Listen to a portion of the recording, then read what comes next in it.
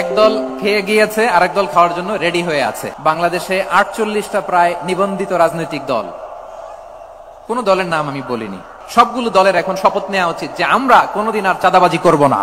আমি দেখেছি আমার গত সপ্তাহের যশোরের আলোচনার একটা লাইনকে কেন্দ্র করে আমাদের অনেক রাজনীতিবিদ বন্ধুরা অনেক ক্ষুব্ধ প্রতিক্রিয়া দেখাচ্ছেন। ওই কথাকে নিজেদের গায়ে টেনে, নিজেদের গায়ে মেখে ওনারা ক্ষুব্ধ হয়েছেন। প্রিয় ভাইয়েরা, আমি বলেছিলাম যে একদল খেয়ে গিয়েছে, আরেক দল খাওয়ার জন্য রেডি হয়ে আছে। তো এখানে কি আমি কোন দলের নাম বলেছি? বাংলাদেশে 48টা প্রায় নিবন্ধিত রাজনৈতিক দল, কোন দলের নাম আমি বলিনি। কথাটাকে আমি জেনারেল রেখেছি। দায়ীদের বৈশিষ্ট্যই এটা, দায়ীরা জেনারেলি কথা বলে, যার যেই মেসেজ নেয়ার তারা সেখান থেকে নিয়ে নেয়।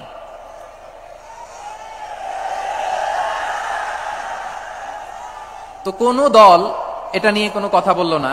আপনারা এটাকে নিজের গায়ে যে মাখালেন, এটা ঠিক হয়নি।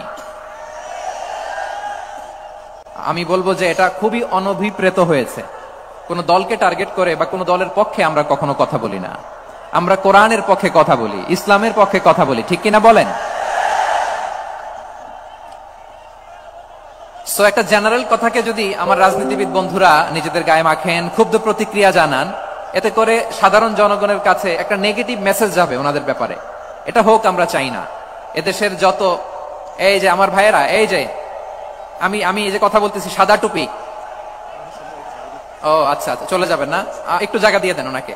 হয় কি, লক্ষ লক্ষ মানুষের ভিড়ে আপনি যদি উঠতে চান খুব কঠিন হয়ে যায়। যদি পারেন একটু বসেন, আর না পারলে ভাইকে একটু জায়গা দিয়ে দেন। আমার দিকে তাকান, এই সিলেট, এদিকে তাকাও, এদিকে এদিকে, ফাইন। তো আমার প্রিয় রাজনীতিবিদ বন্ধুদের আমি বলবো, কথাটা ছিল ভেরি জেনারেল, এটা নিজেদের গায়ে মাখানোর কোনো দরকার নাই। আমরা এই যে এক্সিস্টিং যে রাজনৈতিক চর্চা, এটা থেকে আমরা বেরিয়ে আসতে চাই। আমরা চাই না এদেশে চাঁদাবাজি, দখলবাজি থাক, ঠিক কিনা বলেন? এদেশে কোনো দুর্নীতি থাক, টেন্ডারবাজি থাক, এগুলো আমরা চাই। আই হেট পলিটিক্স একটা জেনারেশন আছে, এই বেশিরভাগ জেনজি অফ সিলেট, এরা আই হেট পলিটিক্স জেনারেশন। এরা পলিটিক্স কে পছন্দ করে না। তো কেন করে না, এর দায়ভার আমাদের আছে না নাই? আছে। এবং আমরা দেখেছি ক্ষমতার পালাবদল যখন হয়, এক সরকার যায় আরেক সরকার আসে, তখন দুর্নীতির ফিরিস্তি আমরা জানতে পারি, এর আগে জানতে পারি না। প্রতিটা দলের ভেতরেই আমরা এই বাজে চর্চাটা দেখেছি। সো এখন আমাদেরকে শুধরে নেয়ার সময় এসেছে। এটা এই সুন্দর সময়, নতুন প্রভাতের বাংলাদেশ, নতুন ভোরের বাংলাদেশ, এই সময় আমরা কাদা ছোড়াছড়ি যেন না করি।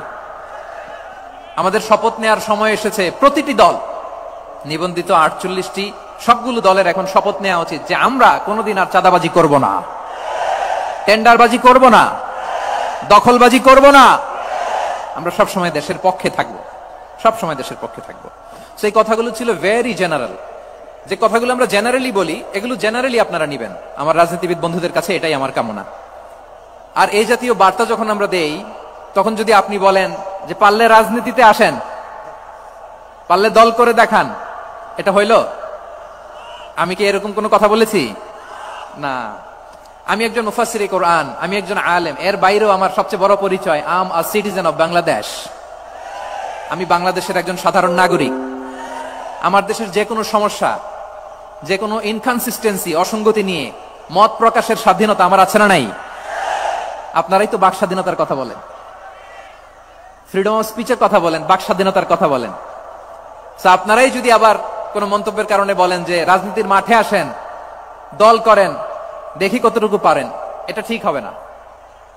তাই প্রিয় ভাইরা, আসুন আমরা দল মত নির্বিশেষে কাঁধে কাঁধ মিলিয়ে সোনার বাংলাদেশ গড়ি, দুর্নীতি মুক্ত বাংলাদেশ গড়ি। যে বাংলাদেশের জন্য রক্ত দিয়েছে আবু সাইদ, যে নতুন ভোরের বাংলাদেশের জন্য রক্ত দিয়েছে মুখ ভরা, যে নতুন বাংলাদেশের জন্য রক্ত ঝরিয়েছে 24-এর যে গণ অভ্যুত্থানের প্রত্যেকটি শহীদের, আওয়াজ করে বলেন ঠিক কিনা? আল্লাহ তাআলা আমার দেশকে তুমি নিরাপদ করো, শান্তিময় করো। আমরা যেন স্বাধীন, সার্বভৌম বাংলাদেশে মাথা উঁচু করে বিশ্ব দরবারে দাঁড়াতে পারি।